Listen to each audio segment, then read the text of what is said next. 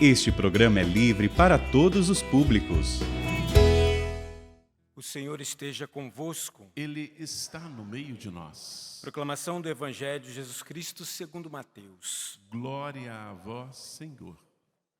Naquele tempo, disse Jesus a seus discípulos: Não julgueis e não sereis julgados. Pois vós sereis julgados com o mesmo julgamento com que julgardes, e sereis medidos com a mesma medida com que medirdes. Por que observas o cisco no olho do teu irmão e não presta atenção à trave que está no teu próprio olho? Ou como podes dizer ao teu irmão: deixa-me tirar o cisco do teu olho, quando tu mesmo tens uma trave no teu? Hipócrita, tira primeiro a trave do teu próprio olho, e então enxergarás bem para tirar o cisco do olho do teu irmão.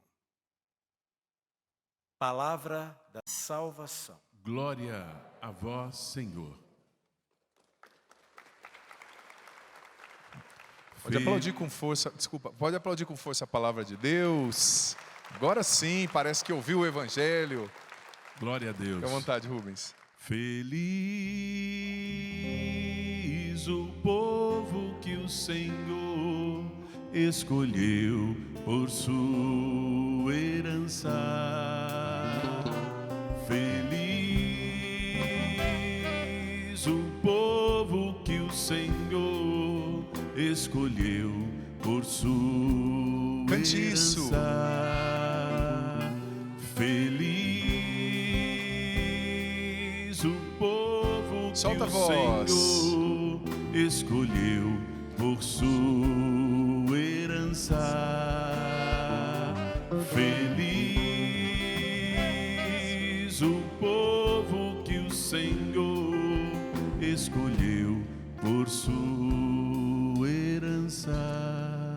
Meus queridos irmãos e irmãs, vocês aqui presentes no santuário, quem nos acompanha também pelo sistema Canção Nova de Comunicação, TV, rádio, internet, acompanhando pelo celular, acompanhando pela TV, acompanhando pelo computador, como é bom estarmos juntos. Veja bem, nesse tempo no qual nós estamos vivendo o cerco de Jericó, o padre sempre vai encerrar a homilia fazendo a oração do cerco de Jericó, que é uma oração muito poderosa. E a proposta que eu sempre faço, eu vou postar após a missa ou amanhã cedo, a oração, né? A proposta que eu sempre faço é que nas 7 semanas do cerco, você não reze a oração do cerco só no dia da missa, mas todos os dias. É uma oração rápida. Claro, uma oração de combate espiritual, que a gente precisa fazer bem, com disposição, não é? Para rezá-la bem. Se possível, nesse tempo também, busque a confissão, busque estar em dia com Deus, não é? É importante, mas faça essa oração todos os dias. Combinado? Olha para quem está do seu lado, vê se ele está motivado ou não. Mas se ele tiver com cara de quem está arrependido de não ter morrido na madrugada, dá uma sacudida nele aí, ó. Uma chacoalhada. Segura para mim, Jonas, por gentileza, um solinho gostoso para nos ajudar a refletir. Veja bem, hoje, queridos irmãos e irmãs, nós começamos o ciclo de Abraão. Apesar que a primeira leitura de hoje é a de amanhã, viu? Foi lida errado. A hora que eu vi já estava no meio, eu falei, agora deixa. Falei para o padre, lê pelo menos o evangelho de hoje para eu pregar, porque eu preparei a homilia no evangelho de hoje. Estava no meio, eu falei, agora já foi.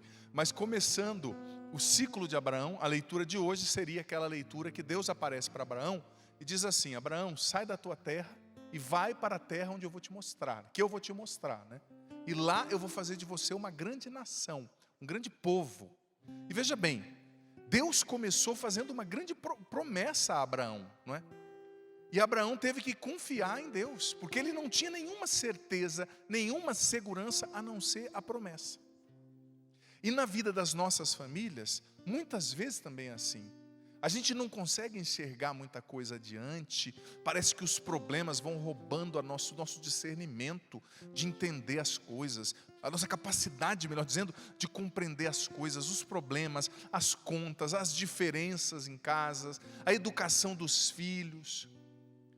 tudo isso vai roubando, sabe, a nossa capacidade de enxergar. E às vezes existem situações nas quais nós só temos Deus, nós só podemos confiar nele. E eu digo para você, essas são as melhores situações da nossa vida, nas quais Deus nos convida a dar um salto na fé, que faz a nossa fé crescer. Porque veja bem, quando está tudo muito bem, a nossa fé não cresce. Nós vivemos a manutenção da fé. Eu lembro, por exemplo, quando meu pai tinha câncer. Eu vivi isso na minha família 2 vezes. Meu pai teve um câncer muito difícil há anos atrás, acho que foi em 2015, se eu não me engano. 2015 justamente. E quando meu pai fez a primeira cirurgia, nós não sabíamos se ele ia voltar ou não. E eu ali, a única coisa que eu tinha, eu podia ser padre, eu podia estar com aquelas roupas bonitas de padre que a gente usa, né? Eu era simplesmente um filho sofrendo, né? Porque padre também tem família, viu? Por incrível que pareça. Às vezes a gente vai na casa das famílias, a mãe fica escondendo a bagunça do filho, fica escondendo. Eu falo assim, mas eu pergunto assim, você acha que eu vim de onde? De Marte, né? Da Lua? Acho que eu não tenho família, não tem problema na família, não tem sobrinho que faz bagunça, né? Eu vi os meus sobrinhos há pouco tempo, nossa, criança, e graças a Deus, né? Criança bagunceira é sinal de criança saudável, né? Tem energia. Eu também tenho família, né? Eu também ali, por um lado foi bom eu ter vivido isso, porque quando eu estou pregando para você, eu não estou falando de uma receita, eu estou falando de algo que eu vivi na minha vida. E eu ali naquela espera, a cirurgia era para durar 3 horas, acho, durou 6, uma coisa assim. Essas cirurgias geralmente não são, né, tão previsíveis. E o que eu tinha ali? Claro que eu acolheria o que Deus conduzisse naquele momento. Mas sabe quando você sente que não era a hora? Eu sentia, quem sou eu, né, na minha pretensão? Eu sentia que não era a hora do meu pai partir. Sabe, eu sentia que eu e a minha família ainda precisávamos dele, né? E o que eu tinha ali? Só a fé. O que a minha carteirinha de padre ia mudar naquela cirurgia? O que a patente da minha irmã na sua profissão lá no estado ia mudar? Nada, nós éramos uma família, não digo desesperada, porque nós temos fé, mas aflita, angustiada, esperando em Deus. E tem muitas situações nas quais a gente só pode esperar em Deus. Talvez você com um filho difícil, um filho adolescente ou jovem difícil, você doente ou que descobriu a doença de alguém, né? Hoje eu rezo pela minha tia também, que está tratando uma enfermidade, né, lá no interior de São Paulo, sul de São Paulo, na verdade, divisa com o Paraná, também vivendo essa batalha, né, a tia Luísa, tantas pessoas descobrindo ainda uma enfermidade, lutando. Mas o que você pode fazer a não ser confiar em Deus? Porque tem horas nas quais você não tem certeza de nada. Como Abraão, como eu diante daquela cirurgia, aquelas 6 horas para mim pareceram 26, né? E eu ali fora, eu era simplesmente um filho angustiado. Eu não era o padre Adriano da Canção Nova, eu era um filho esperando notícia do pai. Quem já teve um familiar operando assim sabe como que é, né? Cada vulto que vinha eu achava que era o médico, né? O médico tinha 1,60 m, vinha um de 2 metros, eu falava, é o médico para o meu pai. Minha mãe, você está doido? Porque eu estava naquela angústia, esperando a notícia do meu pai. Na vida da gente, muitas vezes a gente está igual eu nessa cirurgia, igual a Abraão. A gente não tem nada a não ser a fé, a não ser a promessa de Deus. Gente, se você soubesse, você aqui, você em casa, como Deus ama a família, você não tem noção o quanto a família é projeto de Deus, o quanto Deus ama as famílias, o quanto Deus ama a sua família. Por isso, o que prova isso é o combate, a campanha que existe contra a família no mundo. Esses dias eu estava vendo uma série, na verdade uma pessoa estava vendo uma série, eu perto, tipo assim, que o principal da série era convencer que o casamento é um barco furado, que a família é ruim, que você tem que pensar só nos seus interesses, na sua carreira, na sua vida, como se isso preenchesse o ser humano. Não, Deus nos criou, gente, com uma aspiração demais. Deus nos criou para ser família, para cuidar de pessoas. E mesmo eu, sacerdote que não me casei, o padre Evandro, Deus nos deu um rebanho enorme para nós cuidarmos, né? Porque Deus nos criou para ser famílias, né? O povo acha que a gente, né, padre, sofre de solidão. Esses dias perguntaram, padre, você sofre de solidão? Eu falei, não, eu sofro de multidão, me deixa quieto um pouquinho. Deixa eu ficar quietinho, pelo menos um dia, me esquece, né? A gente não sofre de solidão, a gente sofre de multidão, sobretudo aqui na Canção Nova. Mas todos nós fomos criados para ser família de alguma forma. Deus ama a família e o diabo odeia a família. Por isso que as novelas, as séries, fazem de tudo para destruir a família, e para destruir a família segundo o que Deus criou para ser. Sabe? Então, eu e você muitas vezes estamos como Abraão, dependendo somente de Deus. E não tem nada melhor do que depender de Deus, porque Deus não falha. Às vezes a gente pede, Senhor, aumenta a minha fé. Cuidado com a sua oração. Quando você pedir para Deus aumentar a sua fé, Ele vai colocar você numa situação que a única coisa que você pode fazer é crer. Só isso. Não tem mais nada. O que eu poderia fazer diante da UTI esperando meu pai? Rezar e acreditar. Eu não tinha o poder de mudar nada. Eu não tinha o poder de mudar uma outra pessoa. Eu não tenho. Então eu preciso confiar em Deus, e não só confiar, não é uma coisa estática. Abraão confiou, óbvio, mas ele agiu inspirado pela promessa. Ele saiu da sua casa, ele foi até a terra prometida, e ali ele começou uma nova vida. Ele foi oferecendo, a primeira leitura dizia, ele fez um altar a Deus, onde ele passava, consagrando aqueles lugares a Deus. Ele agiu inspirado pela promessa. Existem promessas de Deus na sua vida, filho, filha. Existem promessas de Deus sobre a sua família. E mais, aquela promessa que Deus fez a Abraão, Ele também a fez a você, pelo seu batismo. Você também é descendente de Abraão. Ele também fez uma aliança com você. Deus tem uma aliança comigo e com você. E se nós esperamos nele, se nós confiamos, se nós honramos essa aliança, nós vamos colher, como diz o próprio Antigo Testamento, os frutos da terra. Os melhores frutos da terra. Mas veja bem, Deus ama a família e o diabo odeia a família. E como o que o inimigo usa para destruir as famílias? Em primeiro lugar, é o desamor, como eu dizia. O desamor que se manifesta no desafeto, no descuidado, né? O prefixo des vai nos ensinando a direção que a gente não deve seguir, né? O desafeto, o descuidado, o descuido, a rotina que a família vai entrando.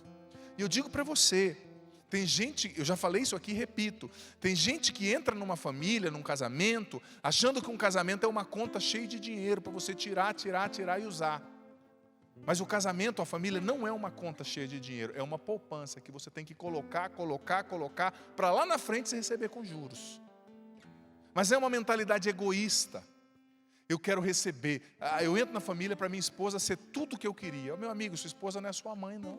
Acorda, até quando? Um bando de marmanjo, né? Eu vou dizer para você, minha filha, o seu marido, esse dia uma mulher me falou, ai padre, é que ele não age igual ao meu pai. Eu falei, minha filha, ele não é o seu pai. Acorda, ele não é o seu pai. E o dia que ele agir que nem o seu pai, ele está perdido, porque ele vai carregar um peso duplo, de ser marido e de ser pai. Ele é o seu marido. Não projete o seu pai nele. Mas às vezes o desamor vai entrando. Por quê? Por falta de diálogo, por falta de oração na família. O casal precisa rezar junto, a família precisa rezar junto. Esses dias eu vi um casal que falava, meu filho de 8 anos, ele não gosta de rezar. Eu falei, mas vocês estão um raio de pai e mãe mole. O menino de 8 anos domina a família. Se ele tiver 16 e não quiser rezar, é difícil obrigar. Mas com 8, com 5, começa a rezar quando ele é novo junto, rezar o texto junto. Nem que se ofereça, olha, para cada dezena que você rezar, é um bombom depois. É um chocolate. Mas envolve a criança, você não tem criatividade? É a coisa mais importante que precisa acontecer. Às vezes o desamor vai entrando por falta de oração. Às vezes o desamor vai entrando por falta de diálogo, como eu disse. Às vezes o desamor vai entrando por falta de testemunho. Porque se nós testemunhássemos Jesus dentro de casa, não haveria espaço para o desamor que fere os nossos relacionamentos em família, que machuca o nosso coração. Sabe? E hoje Jesus está falando de uma expressão altíssima de desamor. O que é? O julgamento, a condenação. Jesus está dizendo, isso aqui era um provérbio que tinha na época de Jesus, que eles repetiam muito, que nem os que tem hoje, né? Diga-me com quem tu andas, direi quem és. Fala um provérbio aí de hoje, vamos ver, você lembra de algum? Filho de peixe, peixinho é, né? E outros assim. Na época de Jesus se repetia muito esse provérbio. Você quer tirar o cisco do olho do outro, mas não vê a trave que está nos teus olhos, né, no teu olho. Jesus, muito esperto, usou aquilo que era da sabedoria popular da época para dizer o seguinte, olha, Você não deve julgar e condenar ninguém. Porque muitas vezes você está tentando tirar o cisco do olho do outro, mas tem uma trave no teu. Você não está enxergando. Em outras palavras, ele vai falar isso depois no Evangelho, um cego não pode guiar outro cego, né? Porque Jesus foi combatendo, presta atenção, uma coisa que acontece muito nos nossos relacionamentos, nas famílias e nos relacionamentos em geral, que é o seguinte: a tendência, aquilo que nós chamamos em linguagem técnica na teologia, de a leniência, né? Ou a autoindulgência. Você já percebeu que nós temos uma facilidade a nos autoindulgenciarmos e a sermos implacáveis com os outros? Vou explicar o que isso quer dizer. A pessoa vem confessar e fala assim: padre, olha, eu xinguei a pessoa lá, eu traí a minha esposa, mas sabe o que é? Aquele dia, padre, meu café da manhã não estava bom, padre. Aquele dia, padre, minha sogra me deu uma palavra desaforada, aí choveu, escorreguei na casca de banana, aí pequei, né, padre? A gente muitas vezes tem facilidade de arranjar desculpa para justificar os nossos próprios pecados. Mas quando nós olhamos os pecados do outro, aquele lá é um sem vergonha, um salafrário, pisou na bola, falou mal, traiu. Jesus está dizendo: cuidado. Você está vendo o cisco no olho dele, não está vendo a trave no seu. No fundo, Jesus está combatendo, gente, a imatura atitude de enxergar, hipervalorizar, hiperenxergar a fraqueza do outro e não perceber a própria fraqueza. Santo Agostinho dizia: conhece-te, né? Aceita-te, supera-te. A pessoa que não se conhece, sabe, ela tende a julgar e definir o outro. Não se conhece no sentido de não conhecer a própria fraqueza e a própria miséria. Nós somos pecadores, nós temos más tendências fortíssimas. E quanto mais a gente se aproxima de Deus, mais a gente começa a enxergar isso. É que nem São Francisco de Assis. São Francisco de Assis, ele viveu uma entrega tão grande para com Deus, tão grande, tão grande. Quanto mais ele se aproximou de Deus, mais ele via a fraqueza que tinha nele. Tanto que onde construíram a Porciúncula, por exemplo, em Assis, era um precipício, onde eram jogados, depois de mortos, os piores assassinos, ladrões, assaltantes da época de São Francisco. E ele fez os irmãos franciscanos do início jurarem para ele que quando ele morresse, eles iriam enterrá-lo lá, naquele lugar, onde só os estupradores, assassinos eram enterrados. Porque ele dizia: se tem alguém que merece estar lá, sou eu. Se não fosse a graça de Deus, eu seria pior que aqueles homens. E eles construíram, eles enterraram Francisco lá. E lá foi construída aquela basílica linda. Naquele lugar que era um lugar para mostrar, era um precipício onde se jogavam os cadáveres dos piores. Se São Francisco tinha essa percepção, imagina eu e você. Agora, quanto menos a gente enxerga a nossa miséria, mais a gente tende a julgar do outro. Você já percebeu como nós temos facilidades de julgar? É impressionante. Às vezes você olha uma pessoa, o jeito que ela se veste, o tênis que ela está usando, o jeito que ela te olha, você fala, você já constrói. Às vezes você não fala, mas na sua cabeça já tem lá: aquela pessoa não vale uma paçoca. Eu já desconfiava, padre. Aquele tipo de penteado. Às vezes a gente julga pelo penteado, pela roupa, né? Pela aparência. Esses dias eu disse, eu não lembro que programa que foi, uma pessoa me disse: padre, eu te achava tão metido. Eu falei assim: mas você já tinha conversado comigo? Não. Como é que você achava metido? Nunca tinha falado comigo? Porque a pessoa projetou uma coisa, né? Que talvez era da história dela, sei lá. Às vezes a gente julga as pessoas assim, a gente projeta, e isso é um perigo. Jesus dizia: conhece-te a ti mesmo, conheça o seu pecado, porque antes de julgar o outro, saiba que o teu teto é de vidro. É o que São Francisco dizia: eu não julgo quem trai, porque se não fosse a graça de Deus, eu trairia muito mais. Eu não julgo quem mata, porque se não fosse a graça de Deus, eu estaria lá matando. Isso é o santo, que tem consciência de que sem Deus não é nada, e por isso não julga o outro, por isso não define os outros.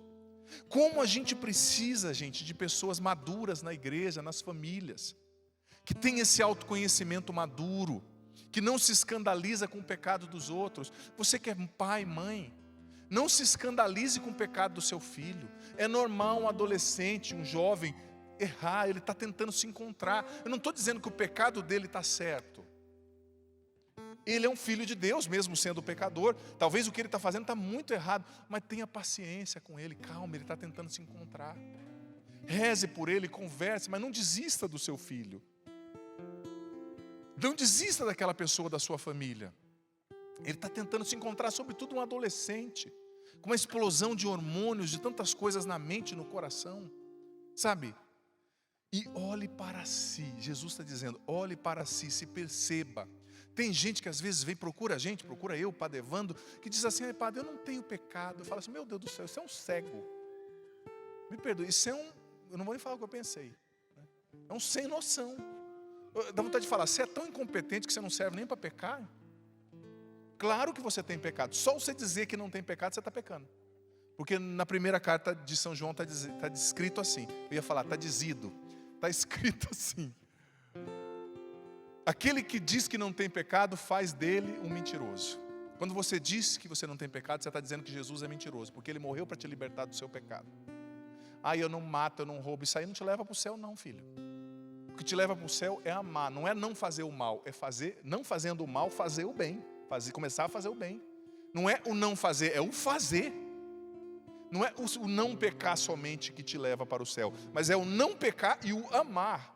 O colocar em prática a palavra de Jesus, amando as pessoas. Sabe? Como a gente precisa ter esse autoconhecimento. A gente passar por esse processo de autoconhecimento, aceitando a gente, percebendo o que a gente tem de ruim, não se escandalizando com a nossa fraqueza. Olha, eu lembro quando eu fui ordenado, eu vou fazer 12 anos de padre agora mês que vem. O Padre Evandro já está entrando no 9º ano. Quando a gente é padre novo, isso só acontece com padre, né? Não acontece com advogado, nem com ninguém recém-casado, né? A gente acha que é super-homem, né? Atende 12 horas de confissão, e vai aonde for, e faz de tudo. Vai passando o tempo, você vai vendo, rapaz, continuar assim eu não vou longe, não. Porque você vai vendo, apesar de eu ser um padre, eu continuo sendo um ser humano, que precisa dormir, que precisa comer, que precisa descansar, que precisa, sabe, de coisas normais da vida, né? Você vai se conhecendo, isso vai te dando humildade. Olha, quando você toca nos seus pecados, isso te dá humildade. Quando você vê que você não agiu igual aquele seu cunhado, só porque Deus te segura, mas dentro de você tem aquelas tendências todas ruins, isso vai te dando humildade, vai te fazendo julgar menos o outro. Quem julga muito não se conhece, não tocou no seu pior, vive um conto de fadas no mundo espiritual. Agora, Santa Catarina de Sena, Deus disse a Santa Catarina de Sena no livro Diálogo, fantástico, que sem esse autoconhecimento inspirado pela oração, ninguém se salva. Sem esse conhecer-se a partir da luz de Deus, no seu melhor e no seu pior. Sabe? Então Jesus está dizendo, olha, cuidado, não julgue, olhe para você, o seu teto é de vidro. E também cuidado com as projeções, não é? Cuidado com as projeções. Às vezes, o cisco que a gente está vendo no outro é uma projeção da trave que está dentro de nós. Às vezes o cisco que você vê no olho do outro é uma projeção da trave que está dentro de você. E como a gente tem a tendência a projetar no outro, né? A pessoa insatisfeita, ela projeta a insatisfação em todo mundo. A pessoa amarga, ela projeta a sua amargura sobre o mundo. A pessoa maliciosa vê tudo com malícia. A gente enxerga o que está dentro de nós.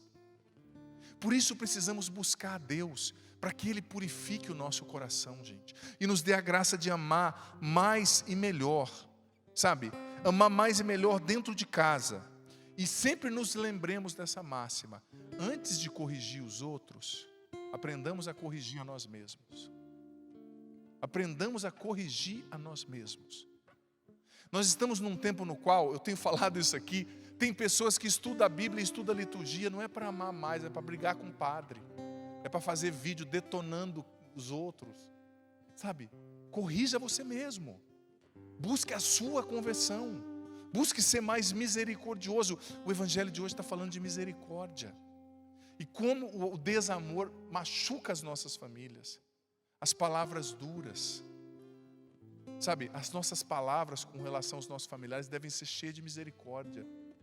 Eu sei que não é fácil ter misericórdia quando a pessoa faz pela 15ª vez aquilo que você falou para ela não fazer, né? Seu marido lá no banheiro errando a mira, né? Não, você tendo que ir lá, teu filho, sabe? Mas que as suas palavras sejam cheias de misericórdia. Como que você fala com seus familiares? Como a gente fala em casa? A gente usa as palavras por favor, a gente usa as palavras muito obrigado, a gente usa as palavras por gentileza, ou a gente chega no outro e fala, pega o arroz ali para mim fedido. Tem gente que fala assim, né? Boca de caçapa, pega ali para mim o ovo, passa o sal aí para mim, assombração. Eu já vi isso acontecendo em família, né? Como que você fala dentro da sua casa? Né? Por mais que o apelido faça jus à aparência, não use. A gente precisa aprender a encher nossos ambientes familiares de amor, gente. O amor cura, porque Deus é amor. Quanto mais amor a gente coloca na nossa família, nos gestos, nas palavras, mais a gente coloca Deus dentro de casa, porque Deus é amor. Só o amor de Deus e o amor que a gente vive um para com o outro pode nos curar, sabe? Então, Jesus está nos chamando a sermos mais misericordiosos, a não julgarmos. Você sabia que todas as vezes que você julga alguém, a sua vida anda 5 passos para trás? Porque você está sentando no trono e cometendo o pecado da idolatria, dizia Santo Tomás. Você está tirando Deus do trono e falando, deixa eu sentar aqui e julgar. Aquele lá vai para o inferno, aquele lá não presta. Opa, quem é você? Quem sou eu? Você também tem pecados. Talvez Deus não deixou que eles aparecessem. Mas o dia que Deus tirar a graça de sobre você, você vai ver de quantas coisas ruins você é capaz. Mais uma vez, retomo e finalizo com o exemplo de São Francisco. Se ele entendeu que ele precisava ser enterrado naquele abismo onde os piores ladrões de Assis eram enterrados, quem sou eu para achar que mereço coisa melhor, né? Quantos pensamentos altivos às vezes a gente tem. Esse pecado do julgamento está enraizado no vício capital do orgulho, né? Que me faz eu desprezar o outro e me julgar superior a ele, né? Quantas vezes a gente fofoca se julgando superior? Mas a palavra diz, Deus resiste aos soberbos e dá a sua graça aos humildes. Amém? Vamos ficar em pé. O padre vai fazer a oração do cerco de Jericó hoje. E porque vocês não estão com a oração, então vocês vão acompanhar e vão receber essa oração, vocês aqui e vocês em casa. E a partir de semana que vem eu já vou postar antes, para que você acompanhe fazendo junto com o padre. Jesus, Maria e José. Jesus, Maria e José. Jesus, Maria e José. A nossa família vossa é. A nossa família vossa é. Jesus, Maria e José. Jesus, Maria e José. A nossa família vossa é. A nossa família vossa é. Jesus, Maria e José. Jesus, Maria e José. A nossa família vossa é. A nossa família vossa é. O padre vai fazer a oração do cerco de Jericó e você vai receber essa oração. Abra suas mãos, você que está aqui, você que está em casa, para receber essa oração. Pense agora nos membros da sua casa, nos membros da sua família, amado filho, amada filha, que precisam receber essa oração. Traga agora no teu coração, talvez um filho, uma filha, um enfermo, um doente, uma mãe doente, uma situação de dívida. O Senhor pode alcançar essa situação. Senhor Jesus, inspirados pela Tua palavra, estamos com fé realizando esse cerco de Jericó, na certeza de que pelo poder da oração derrubaremos as muralhas que nos impedem de sermos felizes, de vivermos na bênção e na prosperidade, de termos saúde e paz. Senhor Jesus, Tu estás no meio de nós. Proclamamos a Tua santidade, grandeza, onipotência, majestade, senhorio e soberania.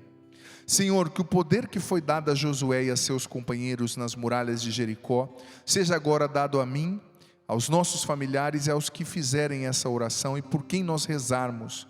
Tu és o vencedor invicto de todas as batalhas. Vem combater por nós e derruba em nossa vida as muralhas da inveja, na vida dos nossos, as muralhas da inveja, do ciúme, do egoísmo, das brigas, da separação, da falta de diálogo, de respeito, da desunião nas famílias e nos nossos relacionamentos. Quebra as muralhas de dificuldades financeiras e no trabalho, falta de emprego, dificuldades nos negócios, falta de dinheiro, que caiam por terra de todas as doenças físicas, espirituais e psicológicas, principalmente o câncer, a depressão, as doenças herdadas dos nossos antepassados, ou por contaminações com as obras das trevas. Derruba, Senhor, as muralhas dos vícios, principalmente da droga, do álcool, do jugo e da sexualidade desregrada. Destrói as muralhas da falta de perdão e da mágoa, do ressentimento, do ódio, do desejo de vingança.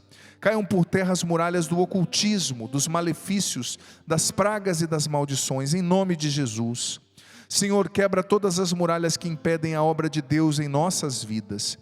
Entregamos nossas vidas e nossas famílias a Ti. Acreditamos em Tua vitória em nossas vidas e em nossa família, que também é a nossa vitória. Que caiam por terra todas as muralhas do pecado e de todas as suas consequências, muralhas que dividem, isolam e nos fecham para uma vida abundante. Com Maria, nossa mãe, com os irmãos na igreja, oramos nesses dias, sabendo que em tudo somos mais que vencedores e que com certeza as muralhas cairão. Amém. Aleluia. Quero convidar o Padre Evandro. Vem aqui, Padre, pega o microfone por gentileza, se estiver aí. Depois de uma oração poderosa assim, é sempre bom nós fazermos uma oração pedindo que o Espírito Santo venha nos encher. Quero pedir que o Padre nos conduza, fazendo essa oração, Padre, por gentileza, nos conduzindo a pedir o Espírito Santo que venha encher o nosso coração e a nossa família. É uma oração de poder, de autoridade. Então agora nós clamamos a ação do Espírito Santo. Fica à vontade, irmão. E nesse momento, vá colocando a mão no seu coração por um instante. Vai se entregando a Deus nesta hora. Vai reconhecendo o poder do nosso Salvador sobre cada um de nós. E nós te pedimos, Espírito Santo, vá curando corações dos nossos irmãos. Vem trazendo a certeza de que nós somos de Deus e vamos continuar sendo por graça, como o Padre falava na homilia. Tudo é graça. Inflama os nossos corações, derrama sobre nós, Senhor, a certeza de Deus, a certeza do céu. Só Deus pode realizar tudo na nossa vida, nas nossas famílias, nos jovens, nas crianças. Que o poder do alto venha e inflame a nossa alma. Traz, Senhor, a alegria de ser totalmente de Deus, a alegria de ser completamente do céu. E no poder do alto, por minhas mãos sacerdotais, ungidas para abençoar, eu quero proclamar bênçãos na vida de todas as pessoas que se encontram aqui no santuário nesse momento. Não importa o que você está fazendo, a bênção é para você nesta hora.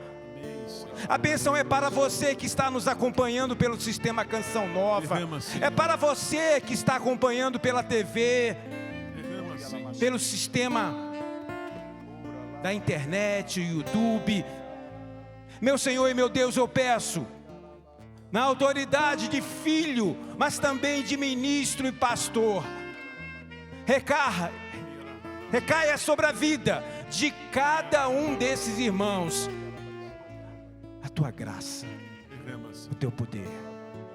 Vem, Espírito Santo, vem e fica aqui, nesse lugar, nesse coração. Aperta o seu coração mais forte aí, no peito.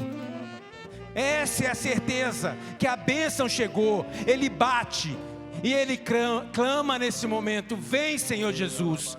Vem, Senhor Jesus. Vem sobre mim, vem sobre cada um de nós. Restaura a nossa vida. Restaura com o teu poder, meu Senhor e meu Deus. Pedindo, enche-me, Senhor. Enche-me, Senhor.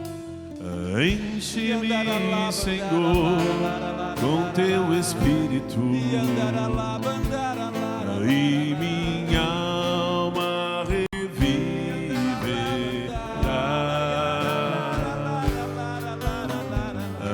Enche-me, Senhor, com teu Espírito, toda desunião familiar, e minha alma reviverá.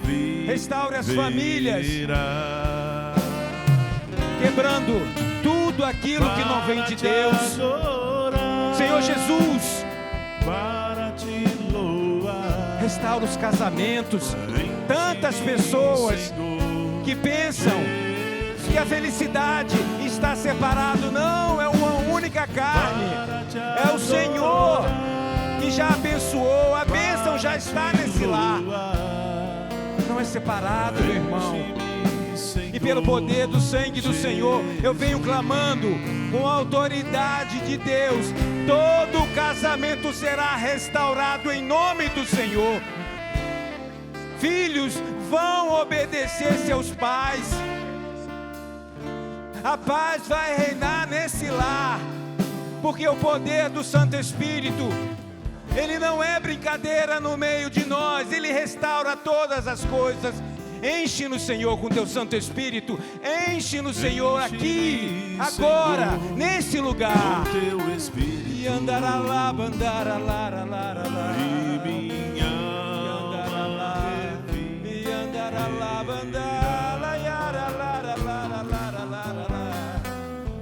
Enche-me, Senhor, com teu Espírito, E andará lá, andará lá. e minha alma reviverá. Levanta os seus braços e canta para te adorar, Para te adorar, para te louvar. para te louvar. Enche-me, Senhor. Enche-me, Senhor Jesus. Para te adorar, para te louvar, cante. Para te adorar, para te louvar. Enche-me, Senhor. Enche-me, Senhor Jesus. Para encerrar, batiza-me, Senhor, no teu Espírito. Batiza-me, Senhor. Levanta os braços, canta. Com teu Espírito. E minha alma reviverá, solta a voz. E minha alma reviverá. Batiza-me, Senhor, cante. Batiza-me, Senhor, com teu Espírito. E minha alma reviverá. E minha alma reviverá. Do fundo da alma, levanta os braços e canta para te adorar, Para te adorar, para te louvar. para te louvar. Batiza-me, Senhor Jesus. Batiza-me, Senhor. Mais forte. Deseje, filho, filha, para te adorar, cante. Para te adorar, Para te louvar. para te louvar. Batiza.